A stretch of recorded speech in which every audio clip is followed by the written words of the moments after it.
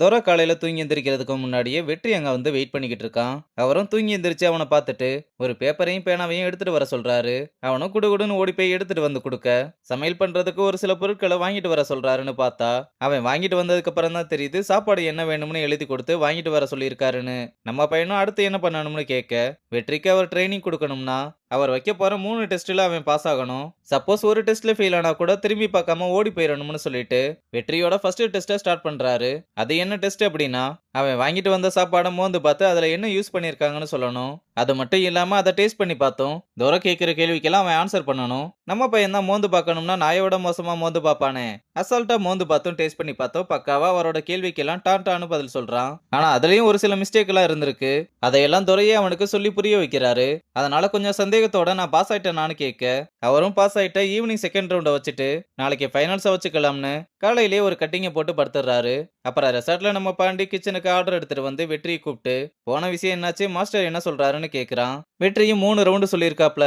அதுல first round கிரிட்டுன்னு முடிஞ்சதுன்னு சொல்ல, அவன் அதை சரக்குன்னு நினைச்சிட்டு என்ன விட்டுட்டு ஏன்டா போனேன்னு கேக்குறான். யோ அது சமையல் ரவுண்டியா, ஃபர்ஸ்ட் ரவுண்டு மோந்து பாக்குறது, நமக்கு தான் அது கை வந்த கலையாச்சே, டக்கு டக்குன்னு சொல்லிட்டேன்னு இந்த விஷயத்த பத்தி 2 பேருமே பேசிக்கிட்டு இருக்கும்போது விக்கி அங்க வந்து என்ன பேசிக்கிட்டு இருக்காங்கன்னு ஒட்டு கேட்டுக்கிட்டு இருக்கான். வெற்றியும் போட்டி டைம்ல இன்வெஸ்டர்ஸ் எல்லாம் வர்றதுனால எப்படி ராஜன் கிட்ட லீவ் கேக்குறதுன்னு புலம்பிக்கிட்டு இருக்கான்.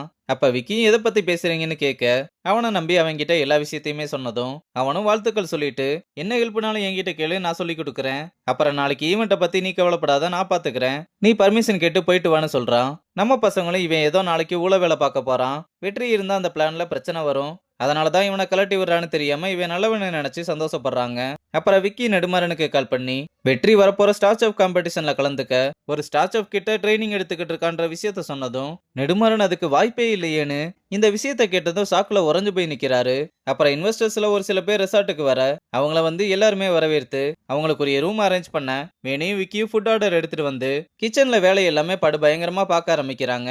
அப்புறம் சமையல் முடிஞ்சு சாப்பாடு எடுத்துட்டு வரும்போது 2 பேரும் பேசிக்கிட்டே வந்து சாப்பாடை கீழே கொட்ட போறத பார்த்ததும் உத்தமன் வந்து முக்கியமான நேரத்துல இப்படிதான் விளையாண்டுகிட்டே வருவீங்களாடான்னு திட்டி ஃபுட்டை வாங்கி அவனை அனுப்பிவிட்டு இன்வெஸ்டர்ஸ் கிட்ட அவரே போய் கொடுக்க அவங்களும் சாப்பிட்டு பார்த்து ரொம்ப நல்லா இருக்குன்னு சொல்றாங்க. உத்தமனும் ராஜன் கிட்ட வந்து ஃபுட்டு ரொம்ப நல்லா இருந்துச்சுன்னு நைட் டின்னருக்காக ரொம்ப வெயிட் பண்றதா சொன்னாங்கன்னு சொல்ல, அவனும் ரொம்ப சந்தோஷமா வந்து நம்ம பசங்களை பாராட்டிட்டு இன்னைக்கு பாதி இன்வெஸ்டர்ஸ் தான் வந்திருக்காங்க, ஆனா நாளைக்கு எல்லா இன்வெஸ்டர்ஸோடையும் நடக்க போற டின்னர்ல தான் நம்ம ரெசார்ட்டோட ஃபியூச்சரே இருக்குன்றத நினைச்சுக்கிட்டு நாளைக்கு எல்லாரும் நல்லா பண்ணுங்கன்னு சொல்லிட்டு கிளம்ப, அப்ப வெற்றி வந்து ராஜன் கிட்ட நாளைக்கு ஒரு முக்கியமான வேலை இருக்குன்னு லீவ் கேட்கிறான். ராஜனும் நாளைக்கு எவ்வளவு முக்கியமான நாள்னு உனக்கே தெரியும், அப்படி இருக்கும்போது நீயே லீவ் கேட்டா எப்படின்னு தயங்குறான். அப்ப விக்கி தான் நான் இதை ஹேண்டில் பண்ணிக்கிறேன், நீங்க ஒன்னும் கவலைப்படாதீங்கன்னு சொல்ல, ராஜனும் யோசிச்சு பார்த்துட்டு சரி நீ உன் வேலையை முடிச்சுட்டு சீக்கிரம் வரப்பாருன்னு சொல்லிட்டு கிளம்புறான்.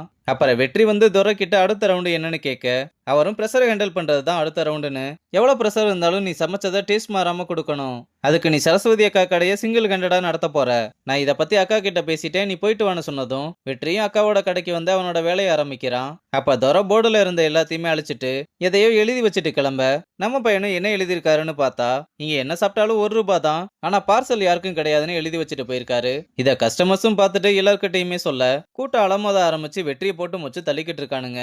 இதை நம்ம துரை ஒரு பீரை போட்டு கூல உட்காந்து பாத்துக்கிட்டு இருக்காரு. அப்புறம் வேலை எல்லாத்தையுமே ஒரு வழியா முடிச்சுட்டு துரை கிட்ட வந்து நான் பாஸ் ஆயிட்டேனான்னு கேட்க, அவரும் நாளைக்கு காலையில 4 மணிக்கு வந்துருன்னு சொல்லிட்டு கிளம்புறாரு. ஒரு வழியா செகண்ட் ரவுண்ட்லயும் நம்ம பையன் பாஸ் ஆயிட்டதுனால ரொம்ப சந்தோஷமா இருக்கதோட இந்த எபிசோட முடிச்சிருக்காங்க.